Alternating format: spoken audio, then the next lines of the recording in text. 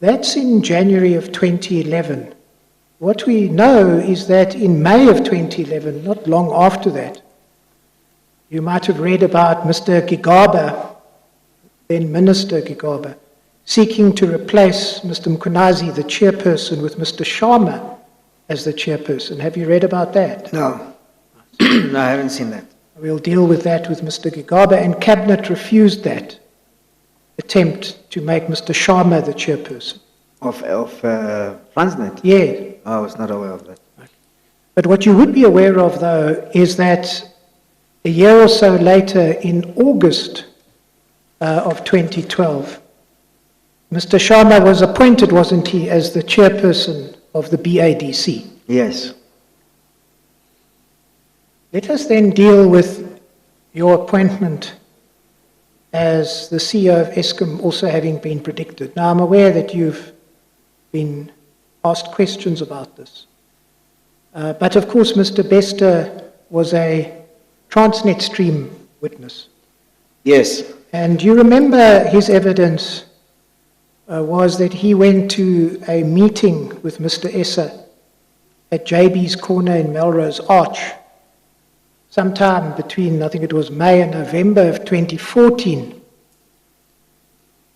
And Yes. it was at that meeting that Mr. Essa told Mr. Bester, and I quote, they, he assumed that was the Guptas, had already decided that the new boss of Eskom will be Mr. Molefe, and that an announcement will be made in the newspapers soon. You've again, as I understand it, testified that you don't know where or know anything about that.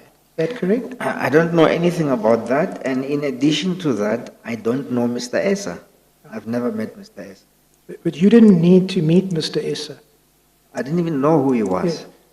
Yeah. Mr. Essa was a Gupta lieutenant, as he's been described. He would go out and make contact with people like Mr. Bester. The Guptas didn't need to make contact with you through Mr. Essa, Mr. Molefe. Correct? Come again? The Guptas did not need to make contact with you through Mr. No. Essa. You were a long-standing associate of theirs, correct? I did not meet Mr. Essa. Yeah. So I did not know Mr. Essa. That's all I'm saying. You could perhaps just deal with my proposition. The Guptas didn't need to send... I don't know that what the Guptas needed to do or did not Well, need to do. let's explore the role of Mr. Essa. Two examples come to mind, and you'll see as I go through your evidence, it's really punctuated with Mr. Essa. Let me give you two examples of where Mr. Essa pops up. One here in this meeting with Mr. Bester. Right?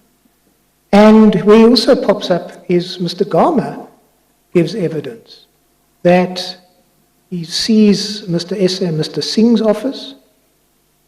This is in the latter part of 2015. Where? Transnet? Yes, at Transnet. And he goes in, and Essa says to him, I'd like to meet with you.